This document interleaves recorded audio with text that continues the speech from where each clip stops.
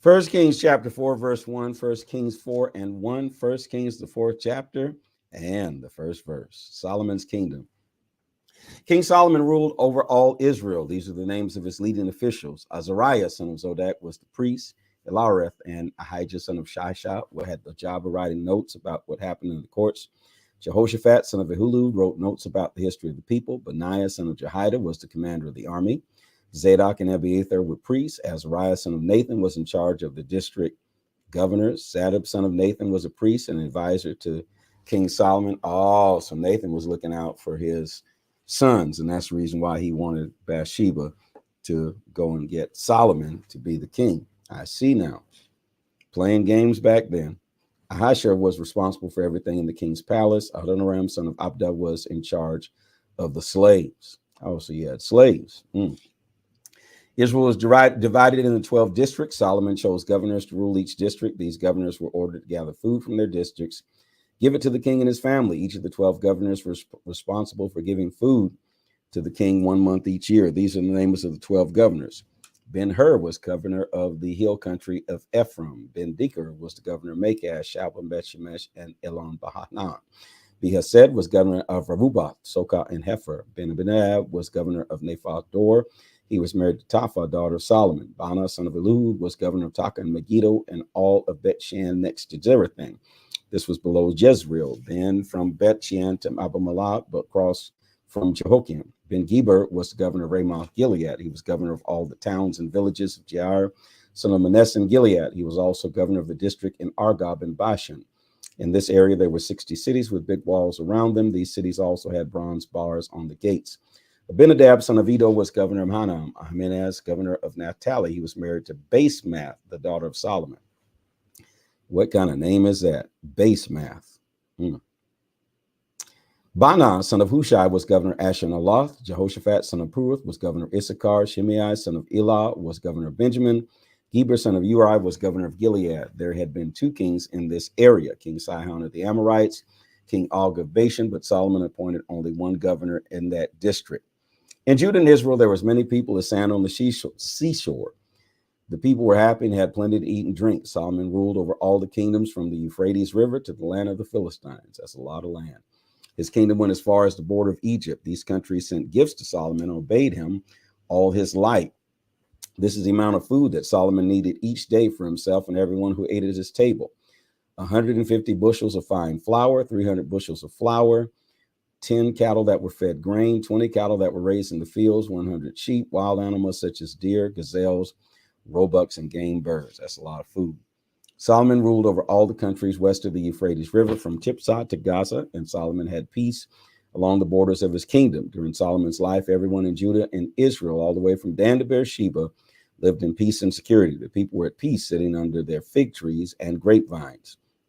Solomon had places to keep 4,000 horses for his chariots, and he had 12,000 horse soldiers. And each month, one of the 12 district governors gave King Solomon everything he needed for all the people who ate at the king's table.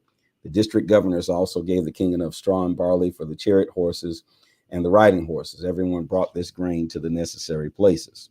Solomon's wisdom kind of sounds like a pyramid scheme. God made Solomon very wise. Solomon can understand more than you can imagine. He was wiser than anyone in the east or in Egypt, wiser than anyone on earth, even Ethan the Azarite and sons of Malal, Himal, Kakal, and Dardar. King Solomon became famous in all the surrounding countries. By the end of his life, he had written 3,000 proverbs and 1,005 songs. Solomon also knew very much about nature. He taught about the many different kinds of plants, everything from the great cedar trees of Lebanon to the little vines that grow out of the walls. He also taught about animals, birds, and snakes. People from every nation came to listen to Solomon's wisdom. Kings all over the world sent their people to listen to him. 1 Kings 5, Solomon and Hiram. Hiram was the king of Tyre. He'd always been David's friend. So when Hiram heard that Solomon had become the new king after David, he sent his servants to Solomon. This is what Solomon said to King Hiram. You remember that my father, King David, had to fight many wars all around him, so he's never able to build a temple to honor the Lord his God. King David was waiting until the Lord allowed him to defeat all his enemies. But now the Lord my God has given me peace along all the borders of my country. I have no enemies, and my people are in no danger. The Lord made a promise to my father David. He said, I will make your son king after you, and he will build a temple to honor me. Now I plan to build that temple to honor the Lord my God. So I ask you to help me. Send your men to Lebanon to cut down cedar trees for me. My servants will work with yours. I'll pay you any price that you decided, your servants' wages. But I need your help. Our carpenters are not as good as the carpenters of Sidon.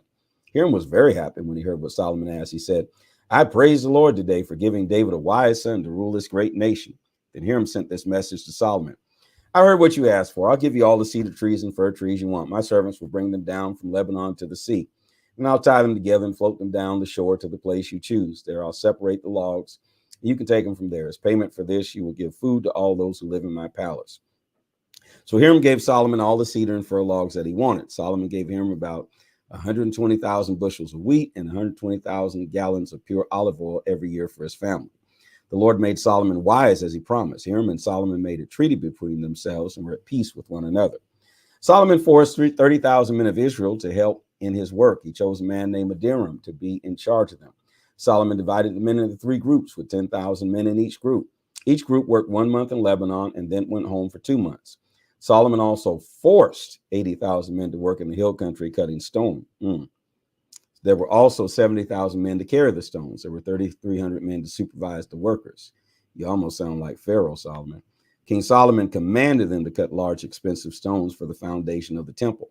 Then Solomon and Hiram's builders and the men from Biblios carved the stones and prepared them, and logs were used in building the temple. 1 Kings 6, you sound like a hard taskmaster, Solomon.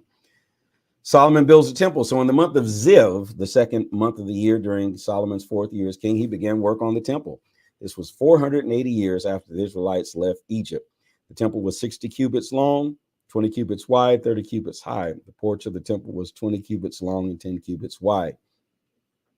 The porch ran along the front of the main part of the temple. Its length was equal to the width of the temple. There were narrow windows in the temple. These windows were smaller on the inside of the wall than on the outside. Solomon built a row of rooms around the main part of the temple. This row of rooms was 3 stories tall, with rooms built one above the other. The rooms touched the temple wall, but their beams were not built into that wall. The temple wall became thinner at the top, so the rooms on the upper floors were larger than the ones below them.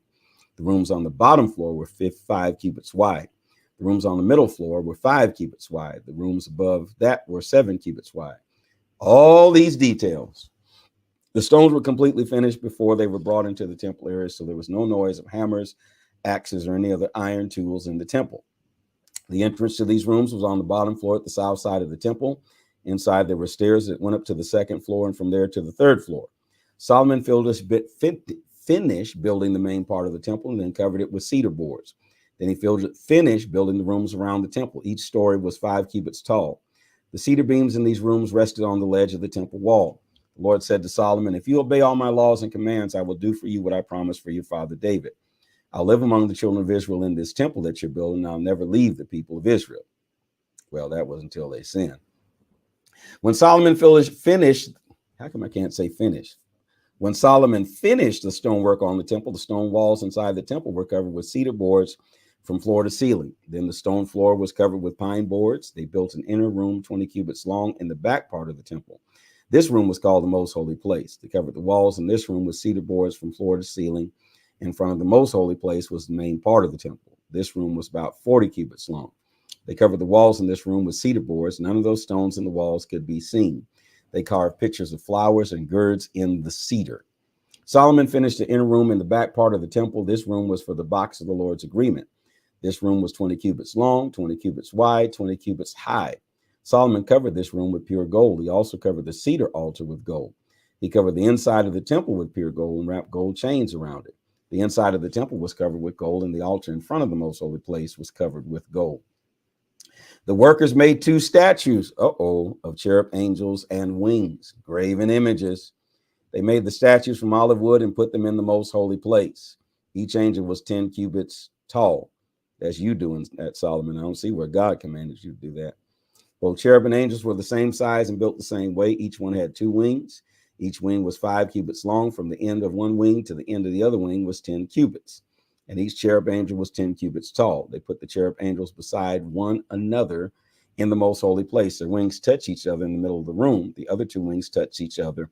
The 2 cherub angels were covered with gold.